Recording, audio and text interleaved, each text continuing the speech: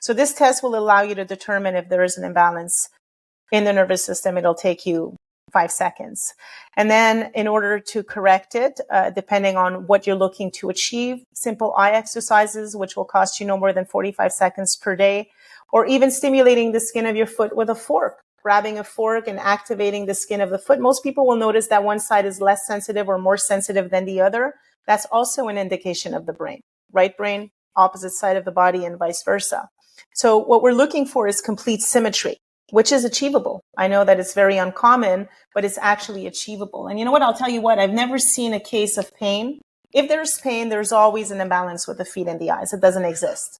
You cannot have pain without having an imbalance in the nervous system.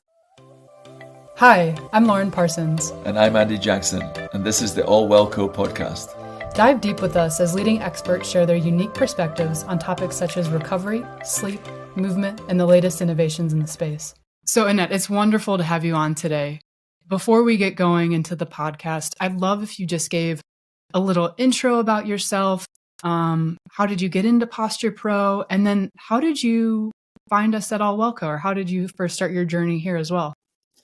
Yeah, so I basically have a background in rehabilitation, and I came across the idea of including a brain-based approach with my clients simply from the fact that I was failing on a daily basis at providing them long-term relief.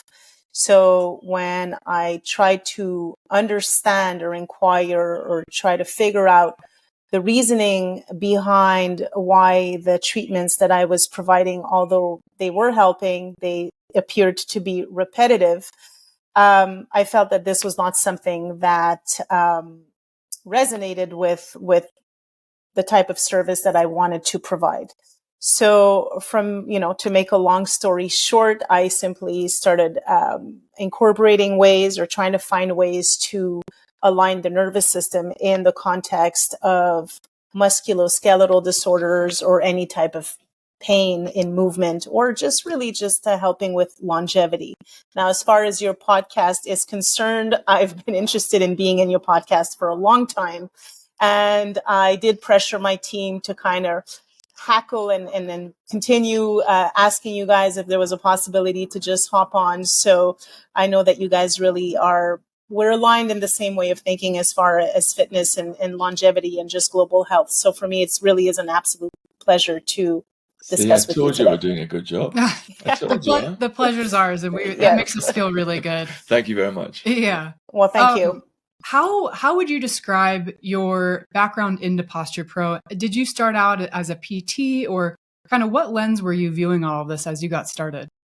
Yeah, so it was PT. The lens was biomechanics, and I quickly came to realize once I graduated, the idea was to start working on the body from a segmental perspective, which is what they teach us in school, which is great because it allows you to understand the functioning of the human body. But at the time, I didn't realize that there was no mention at all of the nervous system in the context of biomechanics. And to me now, I realize that this really is a missing link in the equation, because working on a segmental problem without understanding why the brain, we're going to exclude injuries from this, but traumatic injuries. But if we don't understand why the brain is shutting down that joint and we just simply work on this segment, it's going to be really hard to get long-term results, and it's going to cost the patient a lot of time and a lot of money just simply trying to manage their symptoms, which I find is really is not very productive. Yeah. So Annette, taking that a little bit deeper, so a couple of things is that I'm not a PT or a chiropractor, so I'd love you just to explain a little bit more about what segmental means. I think some people will be interested in that. And then just take it a little wider. How does Posturepro integrate these principles of biomechanics into your approach in terms of improving posture? Yeah, so I apologize. So segmental just means local. So for example, if someone has shoulder pain, PTs will be taught in school to specifically work locally on that problem, being the shoulder. But the shoulder, if we're taking the example of the shoulder, the segment, the local area of the shoulder can be influenced by the joint itself. So if you have a trauma, you fall down, then there's a physical trauma. But more likely than not, the position of that joint can also be influenced by different factors like the weight bearing on your feet, the way that your eyes are moving, and the position of your lower jaw, the way that your tongue posture is positioned, the way that you chew your food. All of those components can also affect that specific joint, which is what we are rarely taught in school. And what was the second question, Andy? Just in terms of Posturepro, how are you taking this approach in terms of biomechanics and into your methodology? Yeah, so when you look at proprioception, which is basically a fancy word for describing how one knows where their body is in space. Well, that sense of balance comes from different body parts, and this is really well documented in neurological literature. So in other words, the way that we stand and the way that we move comes primarily from what I call sensory receptors. So different parts of the body that tell your brain where your body is in space so that you can move very efficiently and you can fight gravity efficiently. And that is your feet, the skin of your feet, the way that your eyes are moving.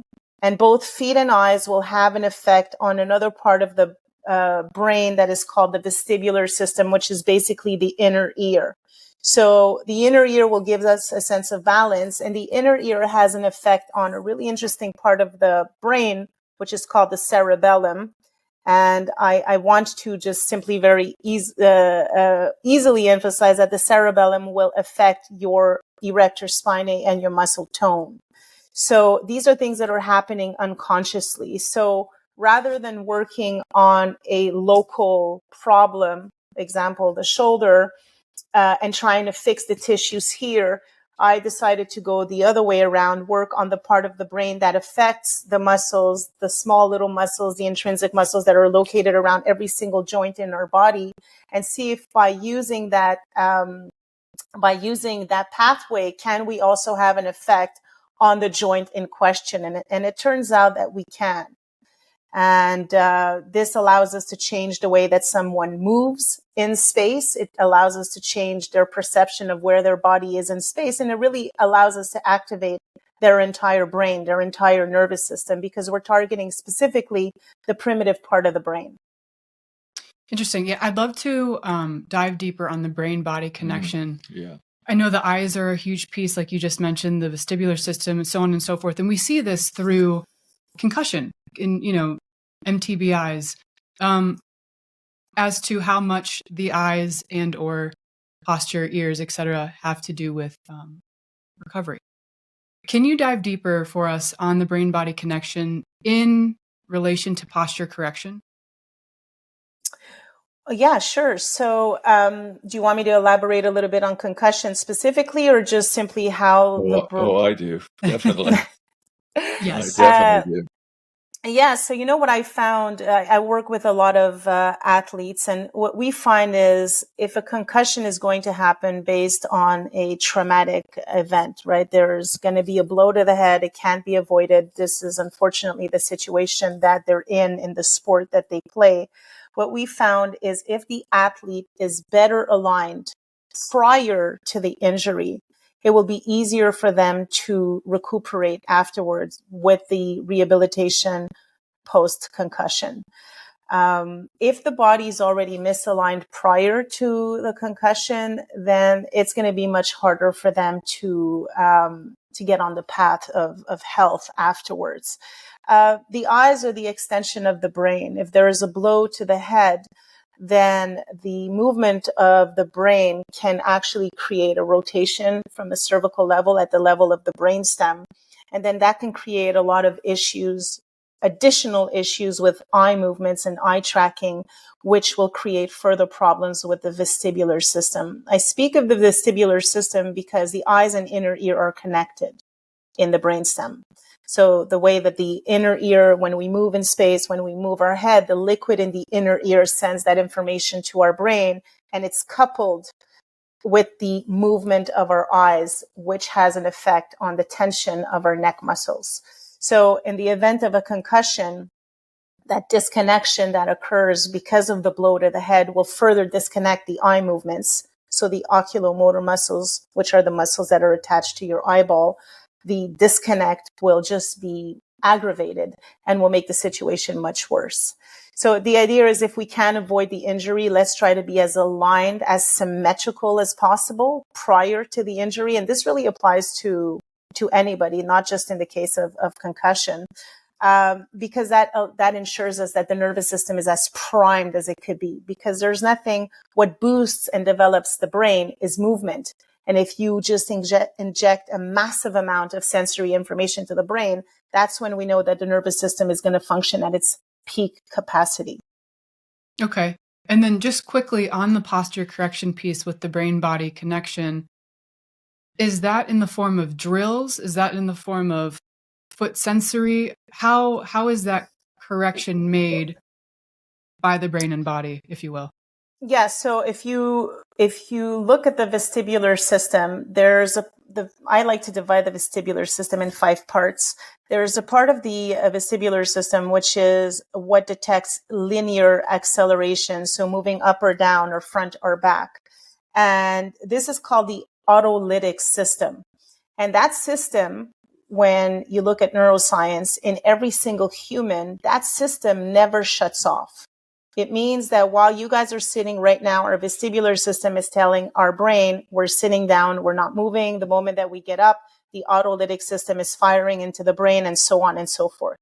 So when I tried to figure out a way to stimulate the nervous system, I had to try to understand the different levels of muscular adaptation. If we look at the superficial part of the muscle versus the deeper part, and then the fascial system, what we realize is that if there's a muscle imbalance, so for example, if you have one shoulder that's lower than the other, or if you have a pelvis that's rotated, if I were to manually or mechanically work on that part of the body to try to shift your weight back or forward or up or down, if I were to do this on a table and then work on you for 30 minutes or an hour and then have you get up and walk out of my office, well, the muscle memory that you've walked into my office with would still remain. I would not actually be able to change that in 1 hour. And this is where it became really interesting for me to start working on a multi-sensory system for an extended period of time, which includes sensory from the feet, eye movements, which will have an effect on the vestibular system indirectly. So in other words, we're changing where the line of gravity is landing in between the feet. So when we stimulate the skin of the foot all day long, as opposed to just for 30 or 40 minutes during rehabilitation, all day long, and we incorporate that sensory stimulation with eye movements that are performed anywhere between 3 to 5 times a day for 30 to 45 seconds each time, that's when we're able to have that sustained sensory input to the vestibular system. Remember, the idea is to affect the vestibular system so that we can change the way that we move and that we can affect or improve our the way that we're fighting gravity.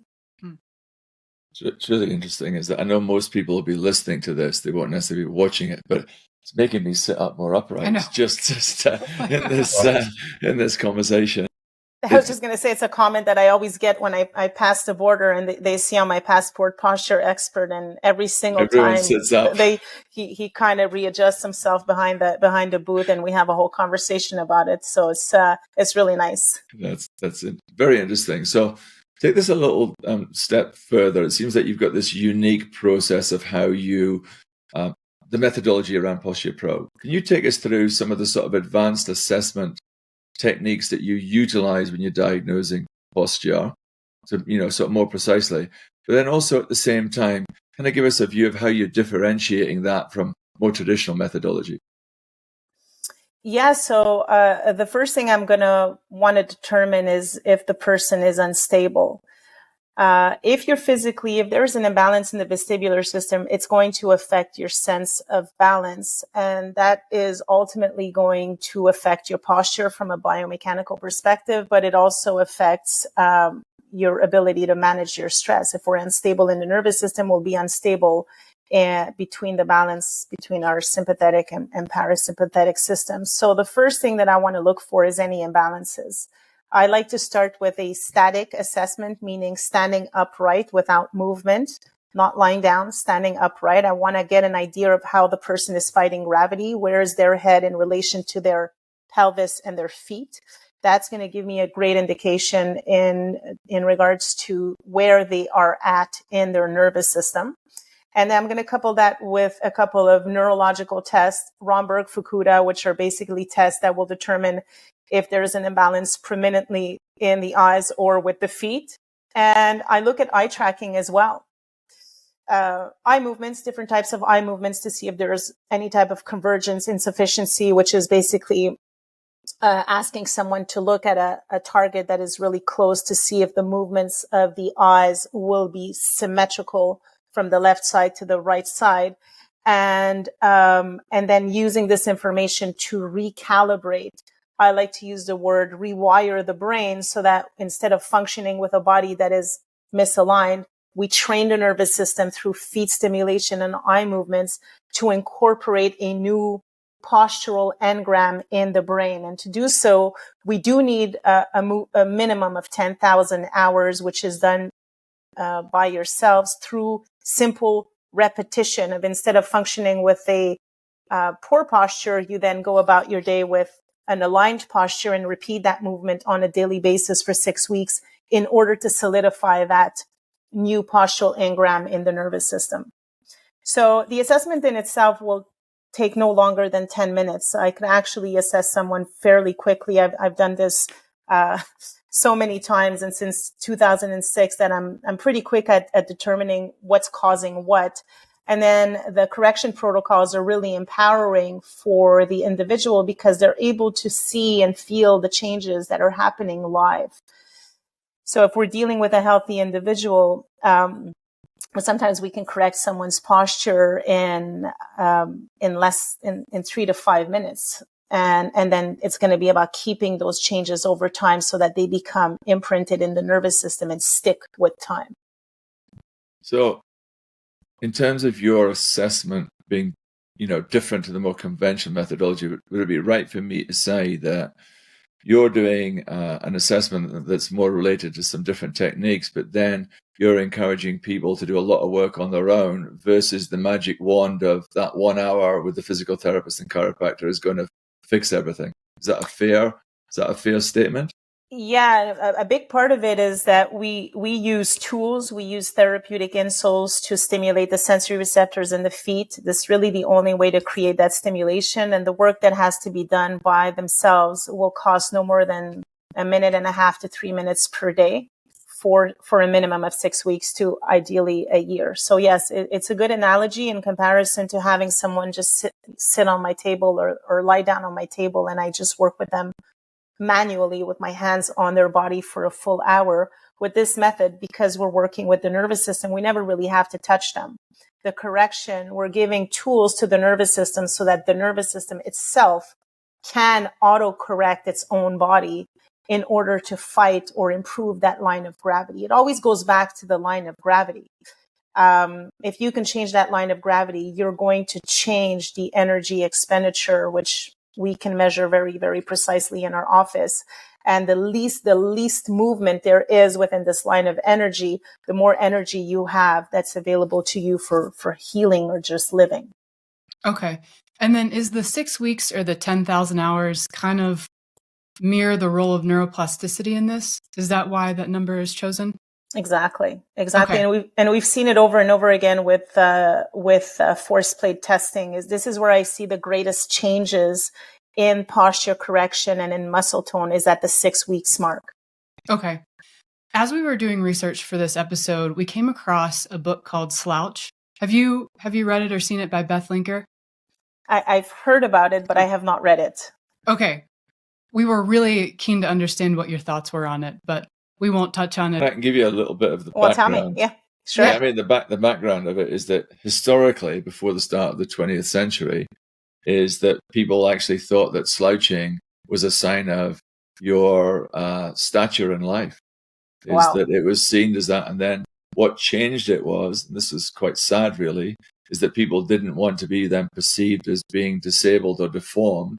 So everyone then started to say, you need to be upright, you needed to walk in that like a, it's probably a lot to do with Europe and the colonies and all that type of stuff. I won't get into the whole politics around that. But everyone then started talking about walking upright, and it was really, discriminative against it. But it was seen back in the day, and that was what her book was really about, saying that, slouching isn't all bad in certain circumstances, etc. This upright posture is not all bad.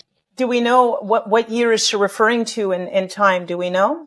Well, so she said that the change of to this, let's say, more correct posture happened at the start of the 20th century.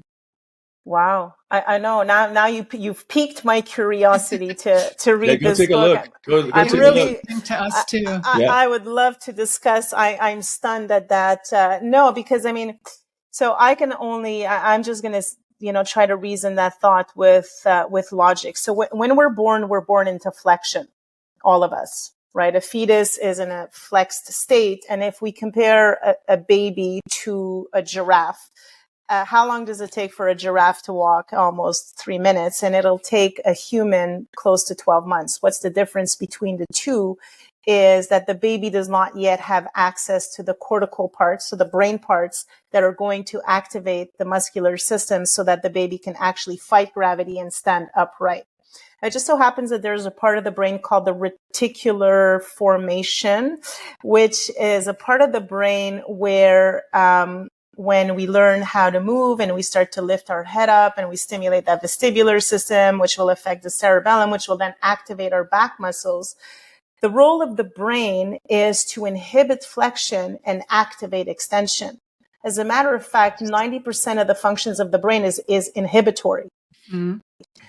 The frontal lobe, which is what we develop from the back to the front as we grow, the frontal lobe is non-existent, is not activated in babies. This is why babies cannot reason logically like humans before the age of 8 years old, because the frontal lobe is not fully developed.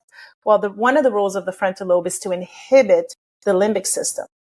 So everything works by process of inhibition, and this actually occurs with primitive reflexes, which are basically these movements that are embedded in our DNA as humans, which are meant for us to inhibit those movements as we gain control of our muscular system.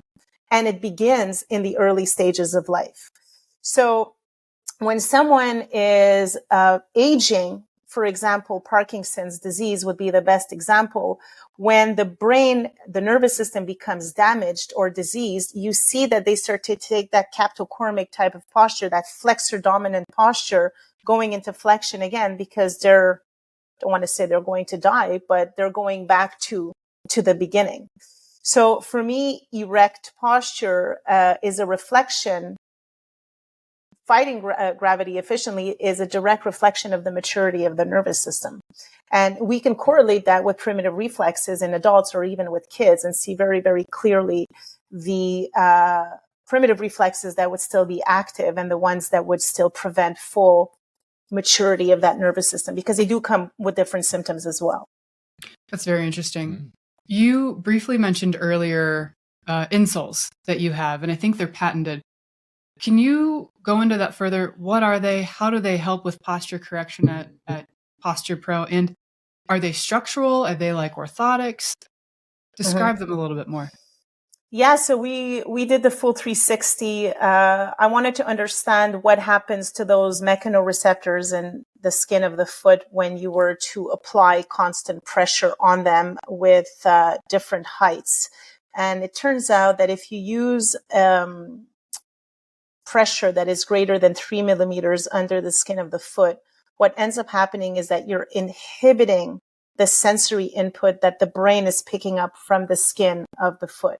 So at first, the brain is feeling the pressure on the foot, and then that pressure kind of evens out and becomes null after time.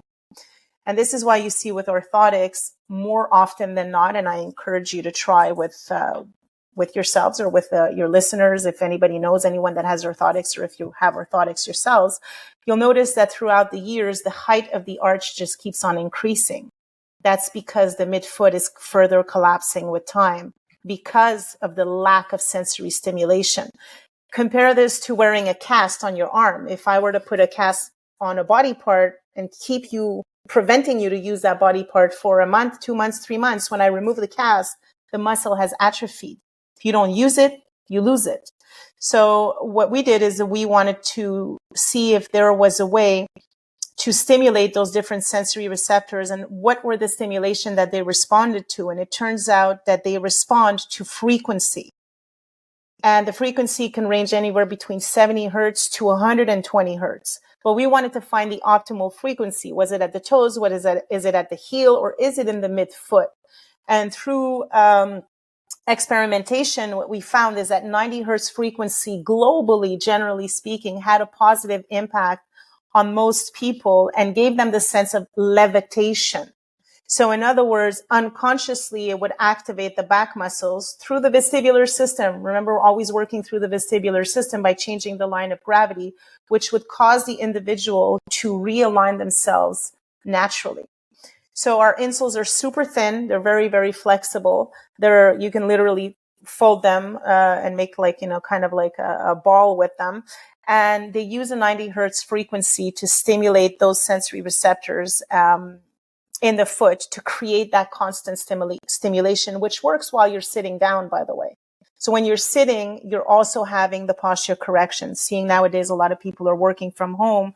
This was a component that we had already developed at the time before COVID, which turns out to be really beneficial now with all the work that's being done from home. And is this something that you wear while you're injured trying to get back to true, or is this something that you would wear throughout your life? So I hate stuff that's for lifetime. So they were not meant to be developed for life. They're meant to just give you a boost for the nervous system. But if you are injured, they will help you speed up with the healing of the injury.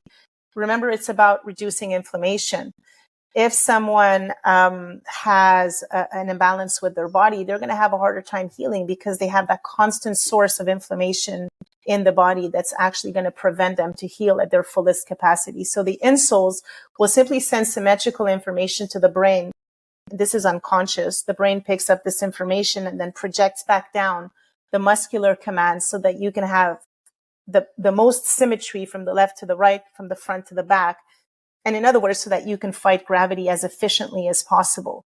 And we can quantify this. And we actually have over 350 cases that we've used and presented at Harvard where we show the reduce in the surface and the movement within that surface with and without the insoles. And just recently with state police, where we showed with the same force plate reductions in blood pressure from wearing them to not wearing them, to grip strength and shooting accuracy. So those changes are there. They're happening at the speed of light the moment that we're using the frequency under the feet of a healthy individual. And the results will vary from one individual to the other, depending on where they are at in their health and nervous system. But we also have great effects with Parkinson's disease or different types of conditions where we can help improve certain symptoms. It's quite fascinating. I think you know that we are massive fans of Vivo Barefoot and we're into barefoot footwear, and it's a lot of what you were saying there about, use it or you lose it, etc. We're completely on the same page as that. I have got one further question about those insoles.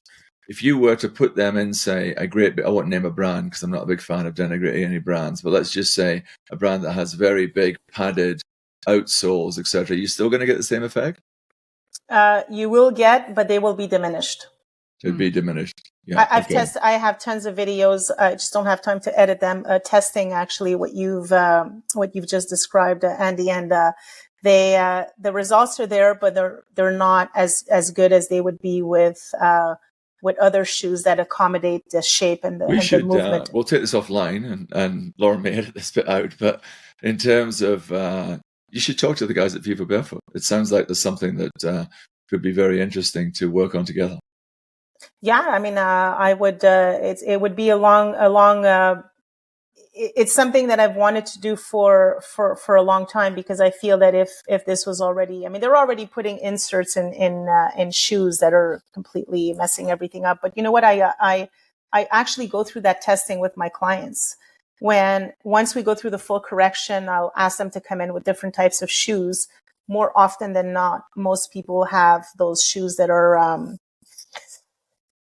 really rigid and thick, and I'll just put the insoles in the shoes, and we'll retake the exact tests we just did, and people are stunned. They're stunned to see how the imbalances come back. They're not as bad, but they do come back. And the moment that you remove the shoe, boop, all gone. So there really is an effect there, and it's really, and I would love to of course, collaborate with anyone that promotes longevity and better health and foot health. So let's take this a bit further then. I think this is all linked. Is that, can you explain the principles behind how you're using then acupressure and reflexology within your products, within your system? So based on different several studies, you'll find there was a study that talks about how using different types of pressure or even frequency on different parts of the foot can elicit different types of postural responses. So for example, if I were to put a little edge on your heel only and put this under your foot, under 3 millimeters, just under the foot, and record the movement that's occurring with this specific individual, well, the height under the heel will push the person forward. And because you're feeling your anterior canals are now being over-solicited of the inner ear, because you feel that you're moving forward, you'll actually pull yourself back.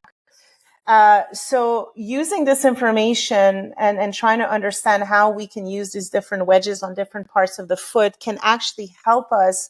And this is what I do in my private consultations. I don't actually sell this online, but on my private consultations, we can put different wedges on different parts of the insoles to elicit that different type of postural response, which sometimes is kind of like a boost, a little bit of a boost that we're giving that person, that individual, so that they can have better control and faster results of the issues that they're trying to resolve clinically. So you've worked with professional teams like the New Jersey Devils, the 49ers.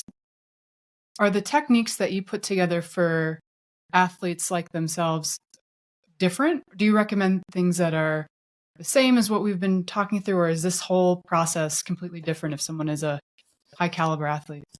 You know, as long as I'm talking to a human, my protocol will be the same. What differentiates it is the state of their nervous system. So where are they at as far as their development? It's really crucial for me to determine whether or not they have retained primitive reflexes. And for the listeners, a primitive reflex are basically these automatic movements, involuntary movements that the body will do when you stroke a specific part of the body. So for example, if I stroke your hand, will it go into flexion? If I stroke your foot, will it go into extension or flexion? Those reflexes should be inhibited by the brain. And what I find with a lot of athletes, even at predetermining, because I talk to these teams and they have some guys that go out on the road to pick new and future athletes, and they go into different schoolings or colleges to pick out the different athletes. Well, one of the things that they have to look for are primitive reflexes, because that's going to tell you whether or not that athlete will have a harder time at succeeding in the sport. So I'm all about prevention. I believe that prevention begins with the mother before she gives birth, making sure that her pelvis is aligned, and then reducing the amount of time needed for the birthing process. And then once the birthing process happens, there needs to be a trigger in the nervous system that tells the brain that the baby is no longer in the womb. And that trigger is movement, a movement of the head, which is activated through the vestibular system, tells the nervous system that the baby is no longer in the womb. So movement is super important. And if we can take that to the beginning of life and then try to develop it as optimally as possible, I believe that we can create an era of superhumans.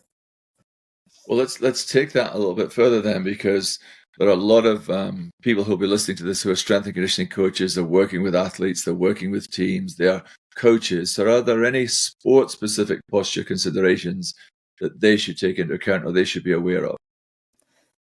So the easiest thing to do that will cost you the least amount of time is to look at eye convergence. So if you were to take a pen and put it on your nose at just 90 degrees and then kind of ask your athlete to look at that tip of the pen, what you'll see 9 times out of 10 is that one eye is looking at the pen and the other eye is looking at something else. So for me, that would be an indicator that there's already a pre-existing imbalance in the nervous system. And it has probably gone down to their weight bearing, to their feet, to the way that they walk and coordinate movement. And it's probably already affecting their vestibular system. So this test will allow you to determine if there is an imbalance in the nervous system. It'll take you 5 seconds. And then in order to correct it, depending on what you're looking to achieve, simple eye exercises, which will cost you no more than 45 seconds per day, or even stimulating the skin of your foot with a fork. Grabbing a fork and activating the skin of the foot. Most people will notice that one side is less sensitive or more sensitive than the other. That's also an indication of the brain. Right brain, opposite side of the body, and vice versa. So what we're looking for is complete symmetry, which is achievable. I know that it's very uncommon, but it's actually achievable. And you know what? I'll tell you what, I've never seen a case of pain. If there's pain, there's always an imbalance with the feet and the eyes. It doesn't exist. You cannot have pain without having an imbalance in the nervous system. If those same coaches wanted to implement the programs and testing that you just walked through, what advice would you have for them? I know there's specific programs probably you'd recommend over others. I'm sure there's wrong ways of doing it. What advice would you give? Well, I would encourage them to look at the Posturepro method. One of the ways that I wanted to have an impact worldwide was to teach this method to different coaches or professionals, or really anyone looking to understand that concept of brain-based approach. We have different programs depending on the caliber that you find yourself in and what you're looking to achieve in your practice. But the Posturepro method really is the one that dives into everything we've been talking about here. So you've obviously, seen a lot of people, seen a lot of clients, seen a lot of professionals. Are there some common misconceptions about posture correction that you see over and over again? When you do, how do you overcome them?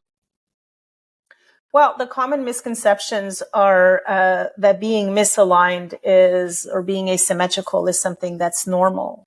It's not. It's common, and we tend to think that this is something that is normal. And if there is a misalignment or an imbalance in the system, it's just a question of time before you get injured. Movement is what activates the brain and grows the brain. And you need to continue to move to stay healthy and alive. But if you're moving in that fashion with a body that's misaligned, you're literally working yourself out into injury. So how do I combat that misconception? Through education, simply by explaining the concept to whoever is willing to listen to it and actually showing them how it's possible to achieve better posture almost immediately by doing some of the things that we've been discussing here on the podcast. So Annette, let me just take this a little bit further. So I'm a left-handed golfer. I'm a right-handed baseball player. I'm a quarterback thrower. Just by the nature of what I'm doing, surely that's going to create that imbalance, and the body has to adapt to that. Are you saying that you still don't want them to be symmetrical, even though they're spending a lot of time being asymmetrical? Yes. So what you're describing is being ambidextrous. When we look at the way that the nervous system develops from birth to 8 years old and then 18 and 25 years old, what we find is that there needs to be a dominance in the nervous system, a right eye dominant, ear dominant, foot dominant, and writing dominance. When there's confusion, if the layers and the building blocks of the development of that nervous system are compromised for whatever reason throughout the growing years, what we'll find is, in some cases, some adults will end up being ambidextrous. An example of this would be someone who starts off as left-handed and who is forced to become later on right-handed. In terms of injuries, the way that I see this is that they will end up wasting more energy standing upright because there's confusion in the nervous system as far as that specific dominance. So remember, our goal is always to reduce the amount of energy that is spent. But from a clinical perspective, what we'll find is that the postural corrections will be a little bit more contradictory. So, example, they might be flat-footed and bow-legged. So flat-footed would be kind of an arch going inside. But if you look at their knees, they're bow-legged. So from a biomechanical perspective, this would be a contradiction. This is what I call a contradiction, because it's almost impossible to be flat-footed and bow-legged from a biomechanical perspective. These are the types of contradictions that I would find in the assessment, making it a little bit more challenging to make those correlations, but not impossible to correct with time. Okay. So you're actually saying dominance is a good thing, but dominance does not lead to asymmetry in the body, which I think Andy was asking earlier with the nervous system left to right. Yeah. Okay. Sorry if I misunderstood. Yeah, absolutely. It does not lead to confusion. If anything, it's a good thing. Okay. Interesting. It's what we want. I mean, this seems to me there's a big opportunity for people like me. I'm an ex-failed soccer player who ended up with a couple of concussions, etc. But what's interesting, I was taught to kick right leg the whole time. I was right centre back, kick with your right leg, move it left to right, etc. And still to this day, and it's been a couple of years, maybe decades, since I didn't play. Surely this is a market opportunity for then people to work with people to create that symmetry, to get them back to that, to affect. There's a whole new market opportunity here, surely. Oh my God, there's such, I don't even know where to begin. I mean, that's just one field that you're describing here, but there's market opportunities for this type of approach for absolutely anything. I mean, if we just even look at longevity and how we can activate different parts of the brain just simply by optimizing blood flow to the brain and the nervous system. I mean, it's massive, especially that we're in the era of longevity now, which we weren't in 2006, right? Not a lot of people were talking at the time about longevity or even shoes or foot posture, or posture in general. But yeah, there's massive opportunity as far as incorporating a brain-based approach. It's something that's completely missed. And then earlier you mentioned the nervous system, the direct link between the nervous system and pain. Does chronic pain differ with that? Is it just something that takes longer to undo? Are there any differences between acute and chronic? Well, yeah, you're not supposed to have pain all day long. If you have pain all day long, then there's constant inflammation in the body. The best predictor of longevity is how well are you fighting gravity. Someone's posture, upright posture, can tell us a lot about what's going on inside their brain and their nervous system. And we all have these internal mechanisms that we've been talking about that are always operating: the feet, the eyes, the vestibular system. And energy conservation will occur if we diminish these amounts of oscillation. So when someone tells you that they have constant pain, you have to tell yourself, well, what's going on there? Why is there constant inflammation in the body? Now, what we find is we can link that pain to different sensory receptors. So I'll give you an example. If you find that we'll take back pain, for example. If you find that you will have lower back pain towards the second part of the day, so after 2, 3 o'clock, 4 p.m., 5 p.m., and you're exhausted, well, that pain is most likely caused by the receptor, the visual receptor, so the way that your eyes are tracking the world.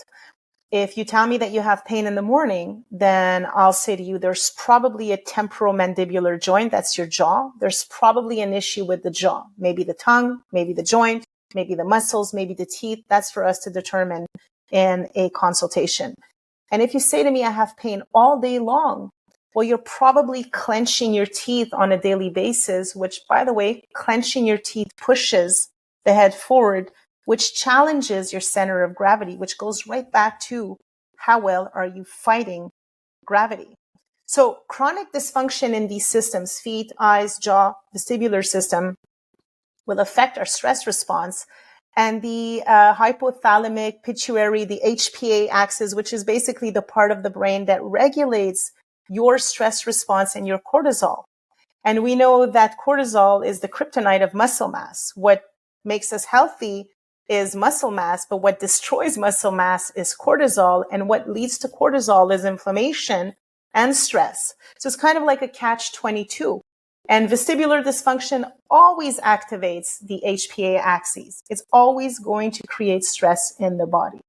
So the simple solution would be, what can we do to have an effect right now, on the way that you are fighting gravity? Can we shift your body weight back just a little bit and create those changes? Can we monitor those changes, which we can? We can actually measure them through blood pressure. We can measure them through or see them through MRI, that those brain parts are being activated simply by shifting someone's weight bearing. Wow, that's really quite interesting, quite fascinating. So what I think I'm hearing now is that everyone really should get involved in this. So, if, we've got physiotherapists, chiropractors, fitness trainers, strength and conditioning coaches listening to this. How should they be collaborating to address posture issues effectively? Yeah, so I love that question. First of all, I want to say that those professions are great. They are a great add-on to what we do. What I'm proposing is to begin with posture correction first. If you're PT, osteo, chiro, or just simply in the fitness industry, making sure that your clients are well balanced and well aligned before you start any program, regardless of the type of program that you're doing or teaching, will always help you achieve your goals faster. And your clients are going to thank you for it. They're going to appreciate the fact that it's going to take less time. They'll appreciate the fact that they're going to get to their goal and reach their goal faster. And if you have a client that's happy, they'll refer you more people. For sure. What do you see the future for posture, for innovation in this field? How do you see it going? Wow. I have to pick the niche that I want to develop because it's endless. With some of the testing that we're doing right now, the collaborations that we have and the things that we're seeing is really mind blowing.